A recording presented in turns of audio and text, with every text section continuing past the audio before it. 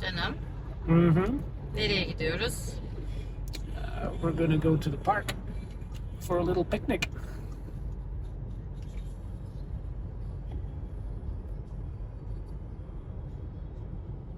Bugün piknik için güzel bir gün. So it's a good day. It's a beautiful day to go for a picnic. Sun is shining. Shining. Okay. So let's talk about traffic. What are the differences between Scotland and here? I think you don't need to carry ID and the registration. No. Mm-hmm. Yeah, you can carry it. Normally people have their driving license with them, and that works as their ID. We don't have a separate document or a separate card. We just use a driving license as an ID. So if you get stopped by the police, that's the first thing that they'll ask for generally. They will ask to see your driving license. And then if they find any issues, they will ask you to bring the documents for the car, the registration, to the nearest police station within a couple of days generally. They will just ask you to come bring the documents, your registration and your insurance to prove that the car belongs to you and to prove that you are actually insured to drive that car. Hız limiti nedir İskoçya'da? It all depends on what type of road. Generally, for normal roads, it would be 60 miles per hour. For the motorway, it's a little bit faster, 70 miles per hour for cars. Okay. Şehir içinde hız limiti ne kadar? Generally, if you're in the town or in the city, the speed limit will be 30 miles per hour. That is the standard, but there's more and more places, especially around schools and things like that, they have lowered the speed limit down to 20 miles per hour, just in these areas. Yeah. But the default is generally 30 miles an hour. 30 miles kaç kilometre ediyor? I think about maybe 45, something like that. 45, 46 kilometers per hour it works out as. Ve herkes uyuyor mu yani? Herkes gerçekten 45-50 kilometre hızla mı gidiyor? So really they it is enforced. Really? Yeah, there is speed cameras set up that will take your picture. Sometimes the cameras, we have lots of different types of speed cameras. Sometimes they get your picture from the front and they can see your face. So you should smile then. Yeah, you should smile, wave. Yeah.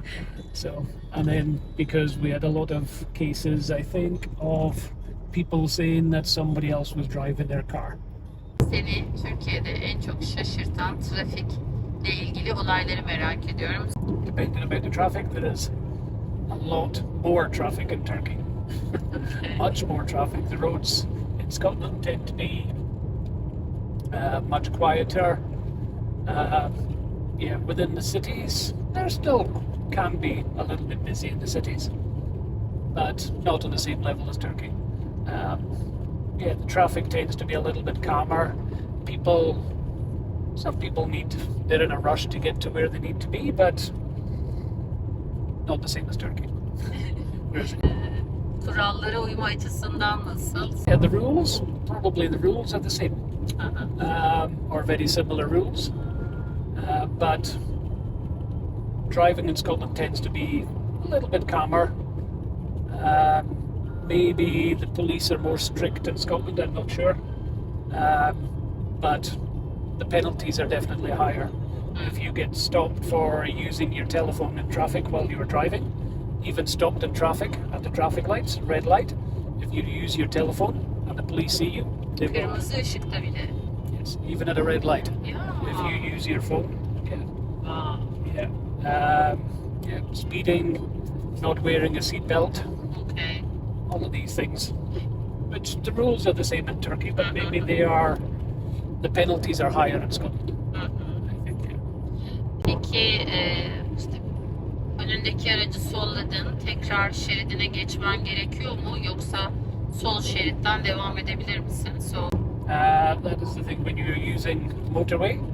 or a dual carriageway. So if there's 2 lanes or 3 lanes, 4 lanes, it is always the default to go back to the slow lane again.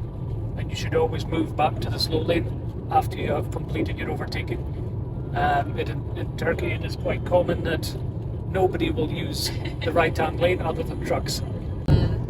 Peki yol kenarında diyelim ki araba bozuldu ve İskoçya'dayız. So, ne farklılık var? Yeah, it's common in Turkey that if you break down, if your vehicle breaks down on the road or in the emergency lane, you will find something in your car to use as a marker.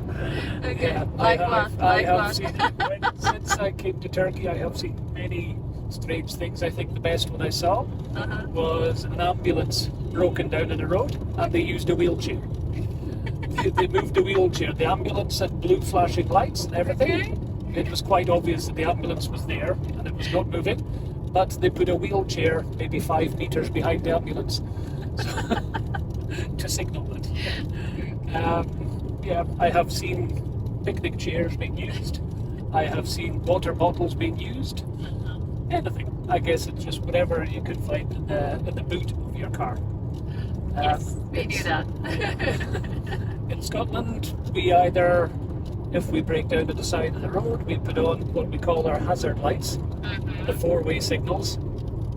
So we will put them on, and that is usually enough to signify that you are going to be a problem. Somebody is going to have to maneuver around you or whatever. If you have a warning triangle, you would put that on the road, maybe 10-15 meters behind your car. You would put a reflective triangle. Tamam. Son olarak iyi yolculuklar nasıl dersin? Yeah, we would just say if your friend is going on a journey, is going on a drive somewhere, we would just say just drive safely. Drive safe. Okay. Drive safe then.